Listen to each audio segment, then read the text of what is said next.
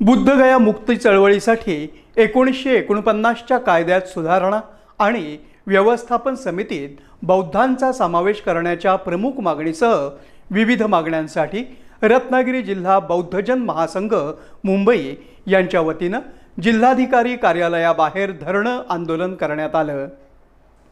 बुद्धगया येथील महाबोधी महाविहार हे खऱ्या अर्थानं बौद्ध धर्मियांच्या पूर्णपणे ताब्यात देण्यात यावं या प्रमुख मागणीसह यामधील 1949 साली बिहार सरकारने तयार केलेला बोधगया मंदिर अधिनियम कायदा पूर्णपणे निष्कासित करण्यात यावा आणि खऱ्या अर्थानं नव्यानं बौद्ध धर्मियांच्या ताब्यात हे स्थळ ऐतिहासिक स्थळ देण्यासाठी कायदा करण्यात यावा आणि पूर्णपणे या देशाला जो बौद्ध धर्माचा आचार विचार आणि वारसा ऐतिहासिक महत्त्व लाभलेलं आहे या ठिकाणी जिथं भगवान गौतम बुद्धांना ज्ञानप्राप्ती झाली सम्यक संबोधी ज्ञानप्राप्ती झाली खऱ्या अर्थानं बौद्ध धर्माच्या आणि भगवान गौतम बुद्धांच्या जीवनाशी निगडीत असलेलं हे आमचं अत्यंत श्रद्धास्थान असं ऐतिहासिक स्थळ आहे ते बौद्ध धर्मियांच्या पूर्णपणे ताब्यात देण्यात यावे। या देशामध्ये अनेक धर्म आहेत, अनेक पंथ आहेत, अनेक जाती आहेत, परंतु त्या धर्मांची प्रार्थनास्थळं मंदिरं आणि आग्यारी या त्या धर्माच्या मालकीच्या वारसाच्या ताब्यात आहेत। त्याचप्रमाणे खऱ्या अर्थानं जगन्नाथ मंदिर जो कायदा 1955 साली तयार झालेला त्या कायद्याच्या धर्तीवर नव्यानं कायदा बुद्धगयेसाठी करून हे स्थळ बौद्ध धर्मियांच्या ताब्यात देण्यात यावं। कुठल्याही बौद्ध धर्मियांच्या स्थळामध्ये कायद्याची जी तरतूद केलेली आहे मग विकास असेल, संवर्धन असेल, व्यवस्थापन असेल, कारभार असेल त्यांना पूर्ण अधिकार स्वायत्ता दिलेली आहे। त्याच पद्धतीनं बौद्ध धर्मीय या देशातले नागरिक आहेत, खऱ्या अर्थानं बौद्ध धर्माचे पाईक आहेत आणि बाबासाहेब आंबेडकरांच्या विचाराचे वारसदार आहेत। खऱ्या अर्थानं बोधिसत्वानं 1956 साली बौद्ध धर्माची नवीन विचारधारा या देशात पुन्हा प्रज्वलित केलेली आहे। ही तेवत ठेवण्यासाठी आमचं हे सांस्कृतिक आंदोलन जे आहे ते खऱ्या अर्थानं यशस्वी होईल।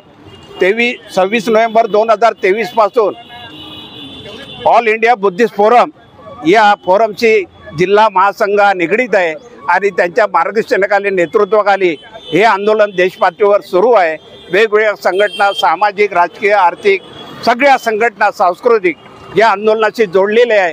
हेच खरं आंबेडकरी चळवळीचं फार मोठं सामर्थ्य आहे आणि महाराष्ट्रामध्ये बाबासाहेब आंबेडकरांची कर्मभूमी असल्यामुळं खऱ्या अर्थानं या आंदोलनाला वेगळं परिमाण देण्याचं काम महाराष्ट्रातील बौद्ध जनता दिल्याशिवाय राहणार नाही अशी एक खात्री बाळगतो। आणि या ठिकाणी जे आंदोलन सुरू आहे त्यामध्ये प्रामुख्यानं मागण्या की बोधगया मंदिर अधिनियम जो आहे तो रद्द करण्यात यावा, बौद्ध धर्मियांच्या ताब्यात हे स्थळ देण्यात यावं आणि त्यांचं मॅनेजमेंट जे आहे पूर्णपणे बौद्ध धर्मियांच्या मालकीचं असावं या प्रकारची प्रामुख्यानं मागणी आहे। याचबरोबर या देशामध्ये अलीकडं ज्या पद्धतीचं वातावरण आहे म्हणजे त्याचा उल्लेख करणं योग्य नाही ठरणार, परंतु या देशातलं जे राजकीय व्यवस्था आहे सध्याची प्रस्तावित खऱ्या अर्थानं हे दमन करणारं व्यवस्था या देशामध्ये निर्माण झालेली आहे।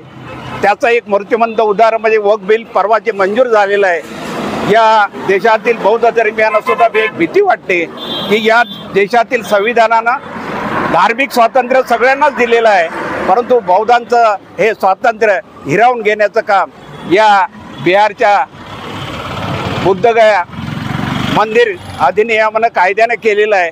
खऱ्या अर्थानं भारतीय संविधानाने कलम 25, 26 आणि 13 आणि 14 या कलमाच्या आधारे या देशातील बौद्ध हा देशाचा नागरिक आहे, या संविधानाचा एक रक्षण करताय। या दृष्टिकोनातून या बुद्धगयेचं संरक्षण आणि संवर्धन करण्यासाठी बौद्ध धर्मियांच्या ताब्यात हे स्थळ मिळावं।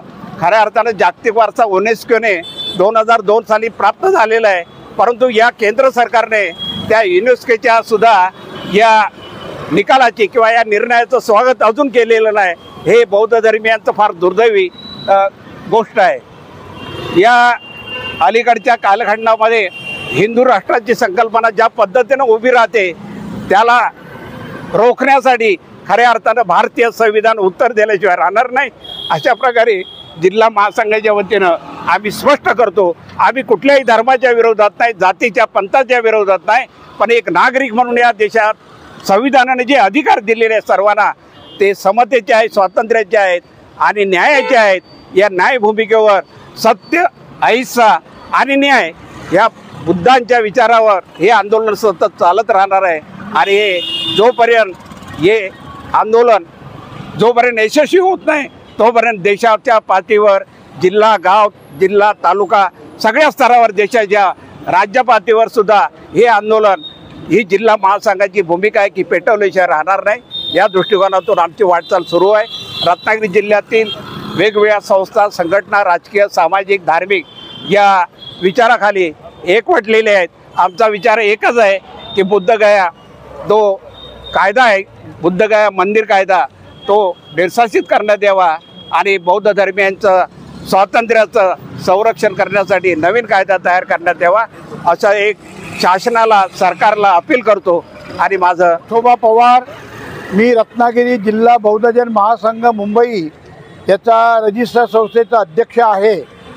आमचे आदरणीय सभापती विलम मोहिते साहेबांनी या आंदोलनासंबंधी सविस्तर माहिती दिली। रत्नागिरी जिल्हा बौद्धजन महासंघ मुंबई ग्रामीण यांच्या वतीनं कलेक्टर ऑफिससमोर जोरदारपणे आम्ही निदर्शनं करण्याचा पहिल्या टप्प्यातला कार्यक्रम आखला होता आणि तो आज यशस्वी झाला आहे।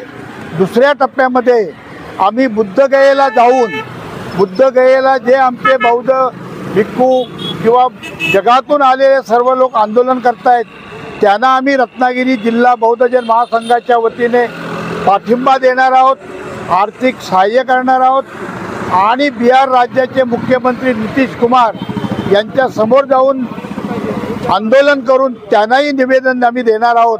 तेव्हा रत्नागिरी जिल्हा बौद्धजन महासंघाच्या वतीनं हे आंदोलन, हा लढा यशस्वी होईपर्यंत चालूच राहील आणि हा कायदा BAT कायदा रद्द झाला पाहिजे, बुद्धविहार बौद्धांच्या ताब्यात मिळालं पाहिजे, मिळेपर्यंत जे आंदोलन चालू राहील त्याला रत्नागिरी जिल्हा बौद्धजन महासंघाचा पाठिंबा राहील। जय भीम।